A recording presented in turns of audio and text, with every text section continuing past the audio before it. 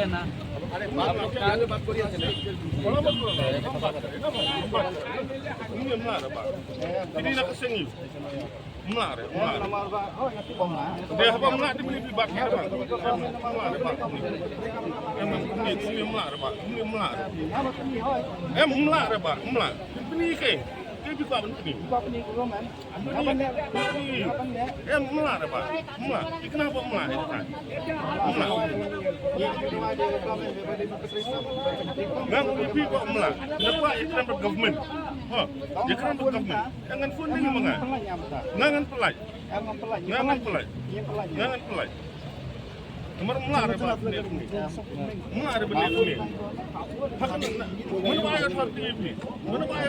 Not fly, that is illegal.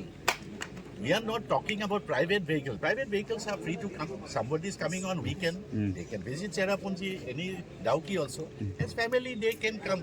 But we are talking about those private vehicles illegally operating as taxis, that category. So it should be clear, because this may go as a thing, misinterpreted, Any private vehicle, somebody will see and they'll stop it. We are not talking about private vehicles. That private category of vehicles flying on higher basis. So is there any action from the association from Assam? We'll detect those things, and because mostly our drivers are flying those private vehicles, we'll try to detect and we'll give the list to government. We'll not take the law into our hand.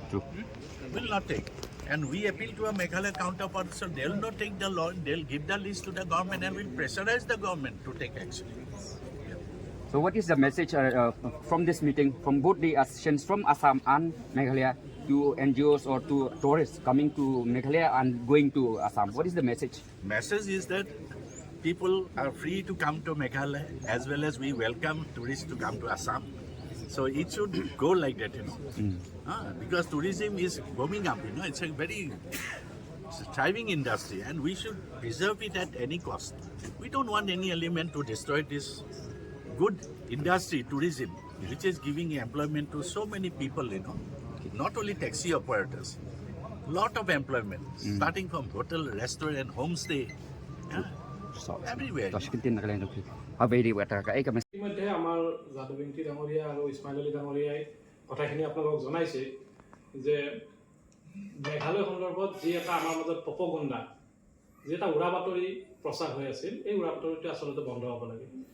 ইতিমধ্যে আমাৰ চালকসকলে গম পাইছে, কিন্তু সংবাদ মাধ্যমত বৰ্তমানো প্ৰচাৰ হৈ আছে যে মেঘালয়ত অসমৰ যিসমূহ বাহন আছে, এই বাহনসমূহ গ'লে তাত বাধা প্ৰদান কৰা হ'ব। আৰু এই উৰা বাতৰিটো যি ধৰণে চানি ধৰিছে, এইখিনিত আচলতে আমাৰ বাণিজ্যিক বাহনসমূহে যথেষ্টখিনি ক্ষতিগ্ৰস্ত হৈছে। সেয়েহে সকলো চালক বকীৰ লগতে সমূহ অসমবাসীক আমি এই বাৰ্তাটো দিব বিচাৰিছোঁ যে অসমত বৰ্তমান সময়ত যিসকল এছ'চিয়েশ্যনৰ নাম লয় কিছু অপ্ৰাসংগিক কথা প্ৰকাশ কৰিছিল, তেওঁলোকেও যাতে ভৱিষ্যতে তেনেকুৱা ধৰণৰ বাৰ্তা দিয়াৰ পৰা বিৰত থাকে আৰু যেতিয়াই তেওঁলোকে কিবা ক'বলগীয়া থাকে যাতে সকলো সংগঠনক লগত লৈ একত্ৰিতভাৱে কিবা এটা নিউজ পৰিৱেশন কৰে বা তেওঁলোকে সংবাদ মাধ্যমৰ আগত নিজৰ মত প্ৰকাশ কৰে, তালৈ আমি আহ্বান জনাম। আৰু বৰ্তমান সময়ছোৱাত মেঘালয় আৰু অসমৰ মাজত যি ভাতৃত্ব সম্পৰ্ক আছিল, সেই সম্পৰ্কখিনি আজিৰ পৰা আৰু এটা সুস্থিৰ মনোভাৱেৰে আগুৱাই গৈছে বা এটা সুস্থ পৰিৱেশেৰে আগুৱাই গৈছে বুলি আমি ভাবোঁ।